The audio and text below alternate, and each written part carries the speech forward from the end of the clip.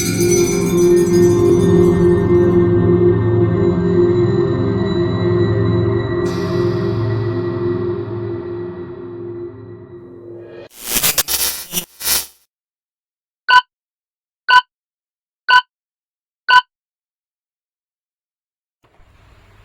guys, pada video kali ini saya akan membahas mengenai depresiasi mobil secara fiskal, dan yang kedua ada akuntansi, dan yang ketiga ada pajak.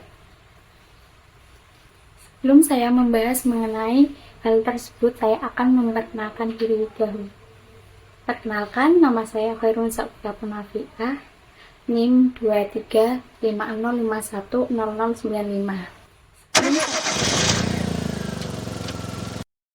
Depresiasi merupakan pengurangan nilai dari aset hutang yang perusahaan miliki. Penting nggak sih depresiasi ini? Oke.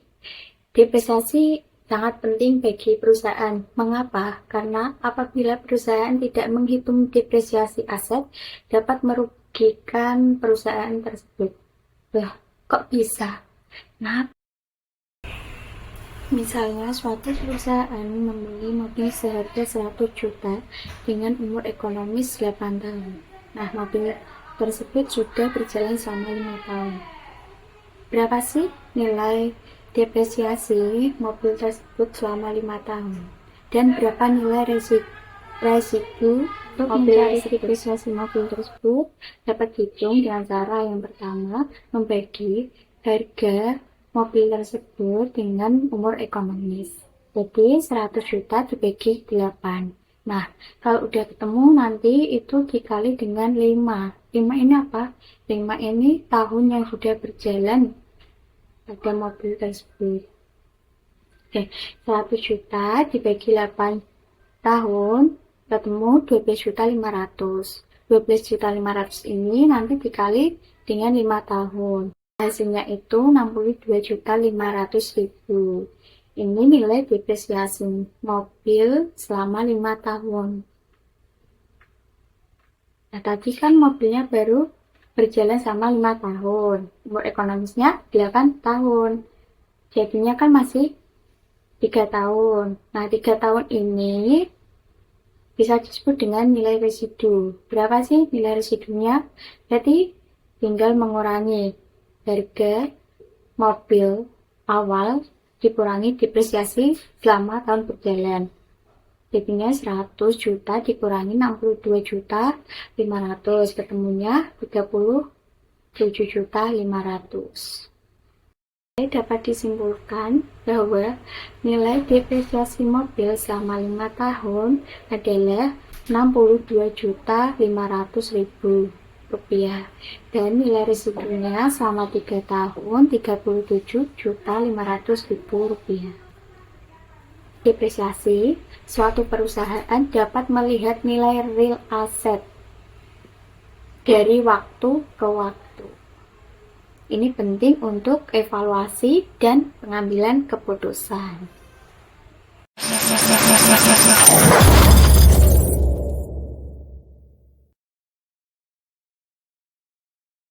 Sisi akuntansi itu ada 2 perspektif.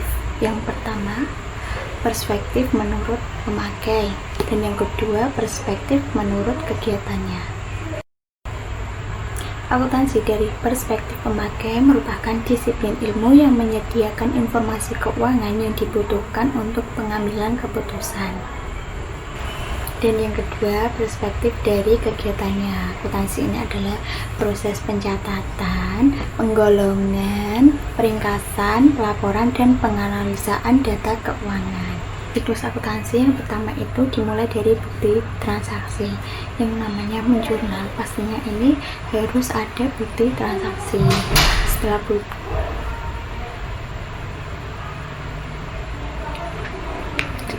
tadi kan udah saya jelaskan mengenai definisi akuntansi. Sekarang masuk ke siklus akuntansi. Siklus akuntansi yang pertama itu bukti transaksi. Yang namanya akuntansi sebelum menjurnal pastinya ada buktinya. Dari bukti transaksi tersebut kita lanjut ke proses jurnal. semua transaksi tersebut nanti kita jurnal. Setelah di jurnal, pada akhir periode nanti membuat yang namanya jurnal penyesuaian. Setelah itu kita posting per akunnya itu ke buku besar. Setelah buku besar sudah dibuat, nanti langsung membuat neraca saldo. Neraca saldo ini digunakan untuk mengetahui apakah sudah balance apa belum. Setelah membuat neraca saldo yang sudah balance, langsung masuk ke laporan keuangan. Setelah membuat laporan keuangan, siklus terakhir yaitu membuat jurnal penutup. Setelah kita membahas mengenai siklus akuntansi, sekarang kita membahas jenis-jenis laporan keuangan. Laporan keuangan sendiri terdapat 5 jenis. Yang pertama itu ada laporan laba rugi, dan yang kedua itu ada laporan perubahan ekuitas, dan yang ketiga laporan posisi keuangan, dan yang keempat laporan arus kas, dan yang terakhir ada catatan atas laporan keuangan. Oke, kita bahas dari laporan pertama sampai laporan terakhir. Pertama yaitu laporan laba rugi. Dalam laporan laba rugi ini mengandung informasi mengenai pendapatan yang diperoleh perusahaan dan beban yang dikeluarkan perusahaan untuk mendapatkan pendapatan. Untuk mengetahui laba atau ruginya suatu perusahaan dapat dilihat dari laporan laba rugi ini. Laba rugi ini nanti kita laporkan lagi ke laporan perubahan ekuitas. Oke, laporan yang kedua yaitu laporan perubahan ekuitas. Laporan perubahan ekuitas sendiri mengandung mengenai ekuitas awal dikurang atau ditambah dengan laba rugi yang nantinya akan mendapatkan ekuitas akhir. Ekuitas akhir ini yang akan dilaporkan pada laporan posisi keuangan. Yang ketiga, laporan posisi keuangan. Laporan posisi keuangan sendiri mengandung informasi mengenai aset dan kewajiban perusahaan. Arus kas. Laporan arus kas laporkan mengenai arus kas dari aktivitas operasi, investasi, dan pembiayaan, sehingga pengguna laporan dapat mengetahui posisi kas dari suatu perusahaan. Dan yang terakhir yaitu catatan atas laporan keuangan. Catatan atas laporan keuangan ini menginformasikan pada pengguna laporan mengenai informasi umum suatu perusahaan dan penjelasan-penjelasan yang lain dari laporan-laporan sebelumnya.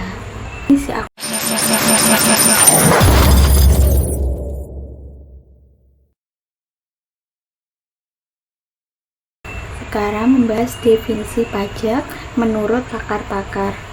Yang pertama, menurut Profesor Dr. Rahmat Sumirto, pajak adalah iuran rakyat kepada kas negara berdasarkan undang-undang yang dapat dipaksakan dengan tidak mendapat jasa timbal balik yang langsung dapat ditunjukkan dan yang digunakan untuk membayar pengeluaran umum. Dan yang kedua yaitu menurut Profesor Dr. PJA Andriani, pajak merupakan iuran kepada negara yang dapat dipaksakan, yang terutang oleh yang wajib membayarnya menurut peraturan-peraturan dengan tidak mendapat prestasi kembali yang langsung dapat ditunjuk, dan yang gunanya adalah untuk membiayai pengeluaran-pengeluaran umum berhubungan dengan tugas negara untuk menyelenggarakan pemerintahan. Dan yang ketiga, menurut Profesor Dr. MH Smith, pajak sendiri merupakan prestasi kepada pemerintah yang terutang melalui norma-norma umum dan yang dapat dipaksakan tanpa adanya kontroversi yang dapat ditunjukkan secara individual. Maksudnya adalah membiayai pengeluaran pemerintahan. Jenis pajak ada 3. Yang pertama berdasarkan sifatnya, yaitu pajak langsung dan pajak tidak langsung. Pajak langsung yaitu pajak yang bebannya ditanggung sendiri oleh wajib pajak dan tidak dapat dialihkan kepada orang lain. Contohnya yaitu pajak penghasilan. Yang kedua, pajak tidak langsung. Pajak yang bebannya dapat dialihkan kepada orang lain, contohnya PPN. Jenis pajak yang kedua yaitu berdasarkan golongannya. Terdapat pajak subjektif dan pajak objektif. Pajak subjektif contohnya PPh. Apabila suatu perusahaan memiliki penghasilan yang besar, maka pajak yang dibayarkan juga besar. Pajak objektif contohnya PPN. Bisa kita lihat ketika kita berbelanja di supermarket ataupun swalayan. Ketika kita berbelanja kan mendapatkan struk nih. Nah, di struk tersebut itu yang bagian bawah tertera barang yang Anda beli termasuk PPN 11%. Pajak yang ketiga yaitu berdasarkan lembaga pemungutnya. Ada dua, pajak pusat dan pajak daerah. Pajak pusat ini pajak yang dipungut langsung oleh pemerintah, dan pajak daerah ini pajak yang dipungut oleh pemerintah daerah. Apakah pembukuan dan pencatatan itu penting menurut perpajakan? Jawabannya adalah iya, karena sudah diatur pada Undang-Undang Nomor 6 Tahun 1983 tentang ketentuan umum dan tata cara perpajakan, dengan perubahan berkali-kali hingga menghasilkan Undang-Undang Nomor 28 Tahun 2007 Pasal 1 Ayat 29 yang berbunyi, pembukuan merupakan proses pencatatan yang dilakukan secara teratur untuk mengumpulkan data informasi keuangan yang meliputi harta, kewajiban, modal, penghasilan, biaya, serta jumlah perolehan dan penyerahan barang atau jasa dalam pajak tersebut. Sedangkan menurut undang-undang yang sama pada pasal 28 ayat 9 mengatakan pencatatan terdiri atas data yang dikumpulkan secara teratur tentang peredaran atau penerimaan bruto dan atau penghasilan bruto sebagai dasar untuk menghitung pajak terutang, termasuk di dalamnya penghasilan bukan objek pajak atau dikenai pajak. Apa sih peranan akuntansi dalam sejarah perpajakan? Sejarah perpajakan di Indonesia dapat dibagi ke dalam beberapa kurun waktu. Yang pertama itu pada masa penjajahan Belanda setelah merdeka sampai tahun 1979. Yang kedua, tahun 1979 sampai tahun 1983. Dan yang ketiga, tahun 1983 sampai sekarang. Peranan akuntansi atau pembukuan dalam perpajakan sejalan dengan sejarah perpajakan di Indonesia. Pada masa penjajahan Belanda, sistem perpajakan menekankan fungsinya pada segi pemasukan keuangan untuk keperluan penjajah. Jumlah pajak terutang sepenuhnya ditentukan oleh aparat pajak yang memiliki wewenang yang sangat besar. Dengan demikian, peranan akuntansi atau pembukuan dalam perpajakan sangat lemah. Indonesia merdeka pada tahun 1967 diperkenalkan sistem pemungutan pajak yang dikenal sebagai sistem menghitung pajak sendiri atau MPS dan menghitung pajak orang lain atau MPO dengan Undang-Undang Nomor 867 JOPP 11 tahun 1967. Sistem pemungutan pajak dalam cara yang baru ini termasuk sistem self-assessment melalui Inpres 6 tahun 1979 yang dikenal dengan Paket 27 Maret 1979 dan KMK 108 KMK 1979. Wajib pajak diberikan keringanan dalam penetapan pajak apabila yang bersangkutan menggunakan laporan pemeriksaan akuntan publik. Laporan keuangan yang dibuat oleh akuntan publik tidak dibenarkan dikoreksi kecuali apabila laporan itu hanya tidak benar. Peraturan baru ini sekaligus membatas kewenangan aparat perpajakan dalam menetapkan jumlah pajak yang harus dibayarkan oleh wajib pajak. Dengan demikian, Dengan demikian, sejak tahun 1979, peranan akuntansi atau pembukuan semakin meningkat dalam perpajakan.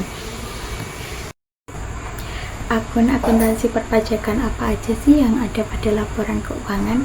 Oke, mari kita bahas. Yang pertama itu kita bahas pada neraca dulu.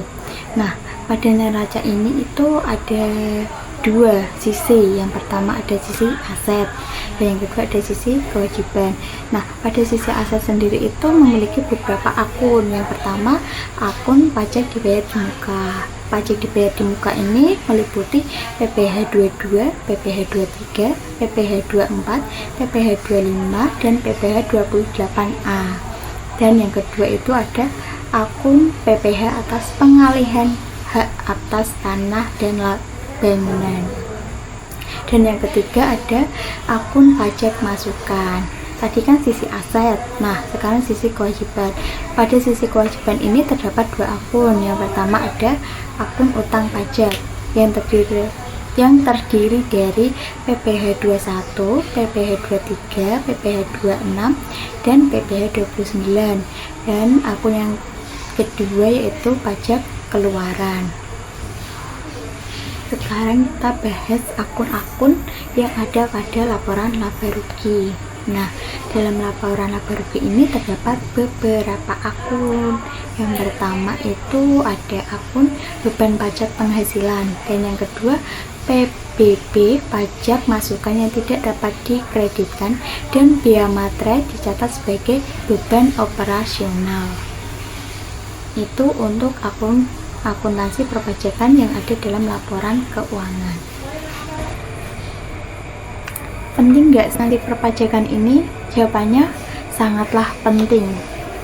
Akuntansi penting bagi pengelola keuangan dan perpajakan perusahaan, mengingat setiap usaha atau perusahaan yang didirikan dan dijalankan tak lepas dari kewajiban perpajakan.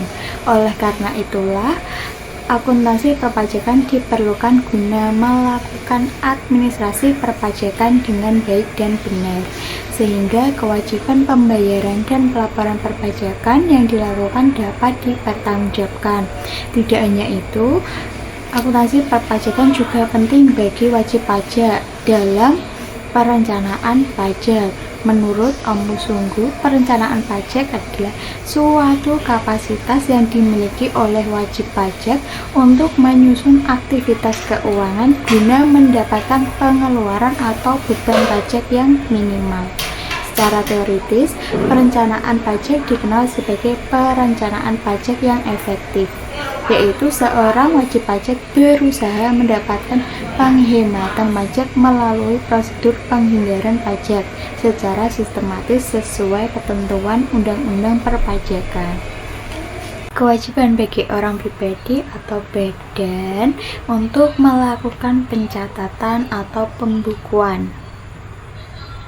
Hal ini sudah diatur pada pasal 28 Undang-Undang KUP yang mewajibkan bagi wajib pajak orang pribadi yang melakukan kegiatan atau usaha pekerjaan bebas dan wajib pajak